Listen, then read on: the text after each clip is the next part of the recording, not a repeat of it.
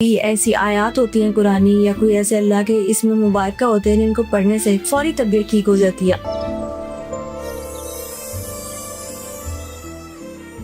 اللہ کے رسول صلی اللہ علیہ وسلم کے پاس ایک صحابی آئے اور کہنے لگے کہ مجھے بہت شدید درد ہے، اتنی شدید درد ہے کہ میں اس درد سے قریب ہے کہ ہلاک ہی ہو جاؤں۔ آپ صلی اللہ علیہ وسلم نے اسے ایک دم سکھلایا۔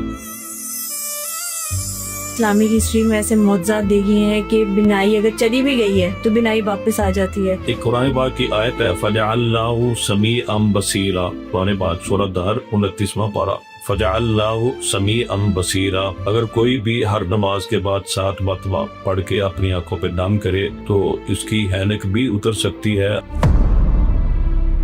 جمعے کے دن صبح سورج طلوع ہونے سے لے کے سورج غروب ہونے تک ایک گھڑی ہے، اس میں اللہ جو بھی دعا کرے اللہ قبول کرتا ہے۔ کوئی ایسی دعا یا کوئی ایسا وظیفہ ہے جس سے انسان کو اپنا گھر مل جائے؟ میں نے دیکھا اللہ کے رسول صلی اللہ علیہ وسلم اس دعا کو بہت زیادہ پڑھتے تھے، اور آپ صلی اللہ علیہ وسلم نے اس دعا کا نام رکھا ہے جامع الدعا۔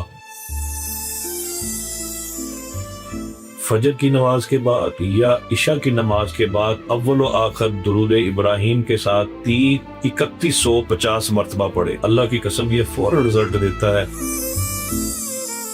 قرآن پاک میں اللہ تعالیٰ نے بہت سے ایسے راز رکھے ہیں جنہیں انسان آج تک نہیں سمجھ سکا، لیکن کیا آپ جانتے ہیں وہ ایک کون سی قرآنی آیت ہے جس کو پڑھنے سے انسان کی ہر بیماری کا علاج ہو جاتا ہے؟ کون سا وظیفہ کرنے سے انسان دنوں میں اپنا ذاتی گھر حاصل کر سکتا ہے؟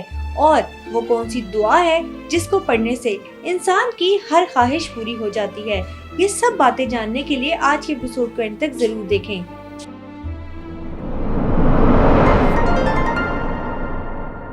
اچھا مجھے یہ بتائیے گا کہ صحت اللہ کے ہاتھ میں، لیکن جان ہے تو جہان ہے۔ اگر کسی انسان کی طبیعت خراب ہو جائے تو یہ کہا جاتا ہے کہ کوئی ایسی آیات ہوتی ہیں قرآنی یا کوئی ایسے اللہ کے اسم مبارکہ ہوتے ہیں جن کو پڑھنے سے فوری طبیعت ٹھیک ہو جاتی ہے۔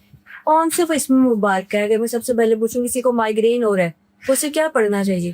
جی آپ کا بہت اچھا سوال ہے۔ میرا تو ایمان ہے جیسے اللہ سبحانہ و تعالیٰ نے ہماری صحت کے لیے جڑی بوٹیوں کے اندر شفا رکھی ہے، ایسے اللہ سبحانہ و تعالیٰ نے کچھ عدیہ معصورہ نبی صلی اللہ علیہ وسلم نے جو ہمیں سکھائی ہیں، قرآن پاک کی کچھ آیات ہیں جن سے ہم نے دیکھا ہے کہ فوری رزلٹ ملتا ہے۔ اللہ کے رسول صلی اللہ علیہ وسلم کے پاس ایک صحابی آئے اور کہنے لگے کہ مجھے بہت شدید درد ہے، اتنی شدید درد ہے کہ میں اس درد سے قریب ہے کہ ہلاک ہی ہو جاؤں۔ آپ صلی اللہ علیہ وسلم نے اسے ایک دم سکھلایا۔ وہ دم اس صحابی کے وساطت سے پوری امت کے لیے ایک انمول تحفہ ہے۔ اللہ کے رسول صلی اللہ علیہ وسلم فرمانے لگے اپنا سیدھا ہاتھ، مثلا آپ سر درد ہو رہا ہے، سر کے مائگرین جو ہے ہم اپنی طب کے اندر کہتے ہیں درد شقیقہ، آدھے سر کا درد، ایسے ہی ہے۔ آپ سر پہ ہاتھ رکھیں، یہ سیدھا ہاتھ، سیدھے والا ہاتھ، ایسے سر پہ ہاتھ رکھے جہاں درد ہو رہی ہے اسی سے، اگر پورے سر پہ بھی رکھ دیں تو کوئی رنج والی بات نہیں۔ آپ نے 3 مرتبہ پڑھنا ہے بسم اللہ بسم اللہ بسم اللہ۔ اس میں محدثین کا کچھ اختلاف بھی ہے، کچھ کہتے ہیں بس اتنا پڑھنا ہے، کچھ کہتے ہیں پورا پڑھنا ہے۔ آپ پورا بھی پڑھ لیں جو میرے حساب سے کوئی حد نہیں۔ بسم اللہ الرحمن الرحیم مکمل بھی پڑھی جا سکتی ہے، ویسے حدیث میں صرف اتنا ہی ہے بسم اللہ 3 مرتبہ پڑھنا ہے، بسم اللہ بسم اللہ بسم اللہ۔ اس کے بعد 7 مرتبہ آپ صلی اللہ علیہ وسلم نے اس صحابی کو دعا سکھلائی کہ درد والی جگہ سیدھا ہاتھ رکھ کے 7 مرتبہ یہ دعا پڑھنی ہے، اعوذ بعزت اللہ وقدرتہ من شر ما اجد واحاذر۔ جو میں نے یاد کی ہوئی ہے نا وہ جامع ترمذی کے اندر، یہ بخاری شریف کے اندر ہے، جامع ترمذی کے اندر کچھ الفاظ تھوڑے سے زیادہ ہیں۔ اعوذ بعزت اللہ وقدرتہ وسلطانہ من شر ما اجد واحاذر، 7 مرتبہ آپ یہ پڑھیں۔ اس کے بعد آپ پھر دوبارہ 3 مرتبہ، یعنی جب بھی آپ کبھی بھی دم کریں، کوئی بھی اپنے اوپر یا کسی کو بھی دم کر رہے ہیں تو 3 مرتبہ دم کرنا چاہیے، مسنون ہے۔ ایک سیشن ہو گیا آپ کا یہ، اسی طرح پھر آپ نے دوبارہ اسی ہاتھ کو سر پہ رکھنا ہے اور 3 مرتبہ بسم اللہ پڑھنا ہے اور 7 مرتبہ یہ مسنون دعا اعوذ بعزت اللہ وقدرتہ وسلطانہ من شر ما اجد واحاذر، 3 مرتبہ دم کریں۔ صحابی فرماتا ہے کہ میں نے دم کیا اور فوراً میری درد ختم ہو گئی، اور صحابی کہتا ہے پھر میں مریض تلاش کرتا تھا، جہاں کوئی مریض ملتا اسے میں یہ بتاتا کہ آپ بھی یہ اس طرح دم کرو اللہ کے فضل سے آپ ٹھیک ہو جائیں گے. بالکل ٹھیک ہو گیا. اب سر درد کی جو مائگرین کے درد کے پیشنٹ ہیں وہ ہمارے بہت زیادہ ہیں، جس میں نیند پورا نہ کرنا، معدے کے مسائل ہیں، کچھ تبخیر کے مسائل ہیں، یہ بہت زیادہ ہیں. تو یہ جو دم میں نے بتایا ہے کہ آپ اپنی دوائی کے ساتھ اس کو جاری رکھیں، انشاءاللہ ٹھیک ہو جائیں گے. میرے پاس ایک بچہ آیا، وہ فٹ بال کا پلیئر تھا، اس کی ٹانگ پہ فٹ بال کھیلتے ہوئے کوئی فٹ بال لگا، وہ ٹانگ اس کی نا شلنگ ہونا شروع ہو گئی، درد بھی ہوتی تھی، اور کہیں خون رک گیا، کہیں وین بلاک ہو گئی. ڈاکٹروں نے لمبا اس کا ایک بتایا. میں ایک دفعہ میرے پاس وہ میرے مکتب پہ آیا تو میرا وہ ان کے والد صاحب سے میرا قریبی تعلق ہوئی. میں نے کہا آپ ایک کام کیوں نہیں کرتے؟ وہ ماشاءاللہ حافظ قرآن تھا. میں نے کہا آپ یہ دعا یاد کرے پڑھے. کہتے جی مجھے آتی ہے. میں نے کہا آپ نے ہر نماز کے بعد نا 3 مرتبہ پڑھ کے دم کر. کوئی 1-2 مہینے بعد میں ملا اس کو مسجد کے اندر. میں نے کہا ہاں بیٹا سناؤ. کہتا جی میری ٹانگ بالکل ٹھیک ہو گئی ہے، جو کچھ سوکھ رہی تھی نا وہ اپنی جگہ پہ واپس آنا شروع ہو گئی. اور صرف کیا ہے کہ وہ جگہ جہاں کوئی اس کو چوٹ لگی تھی، چوٹ لگنے کے بعد بلوکیج ہوگی، اللہ کے فضل سے وہ درد بھی ٹھیک ہوگی، بلوکیج بھی کھل گیا.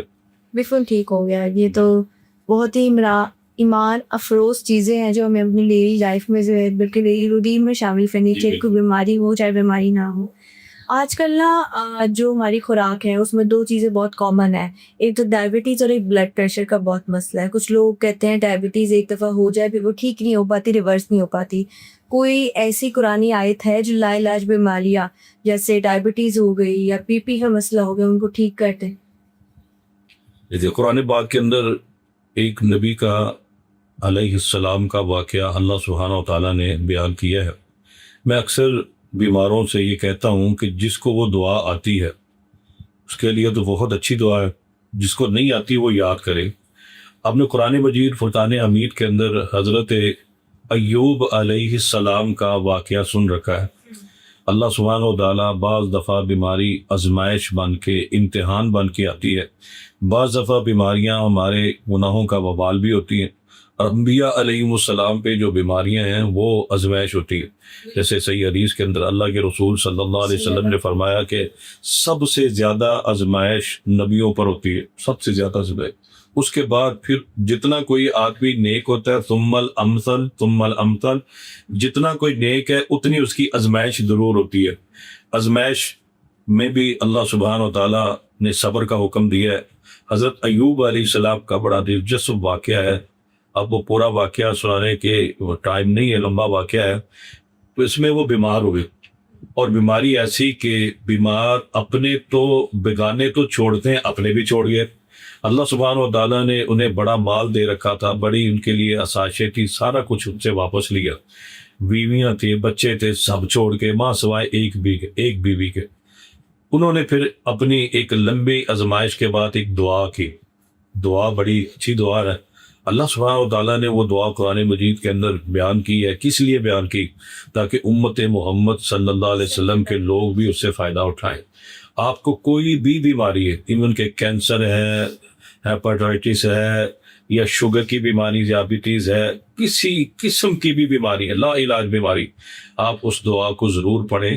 بیمار آدمی بڑا بے صبری کا مظاہرہ کرنے کی بجائے اگر وہ دعا یاد کر لے، چھوٹی سی دعا ہے، ربی انی مسنی الضر، ربی انی مسنی الضر وانت ارحم الراحمین، قرآن پاک سورۃ الانبیاء کے اندر ہے. اس دعا کو کم از کم بغیر گنتی کے کوئی 90 تعداد میں پڑھے، گنتی نہ کرے. مریض خود پڑھ لے.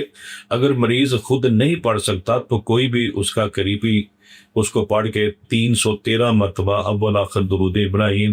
ویسے میری اپنی ایک سرچ ہے، میرا اپنا ایک طریقہ کار ہے دم کرنے کا.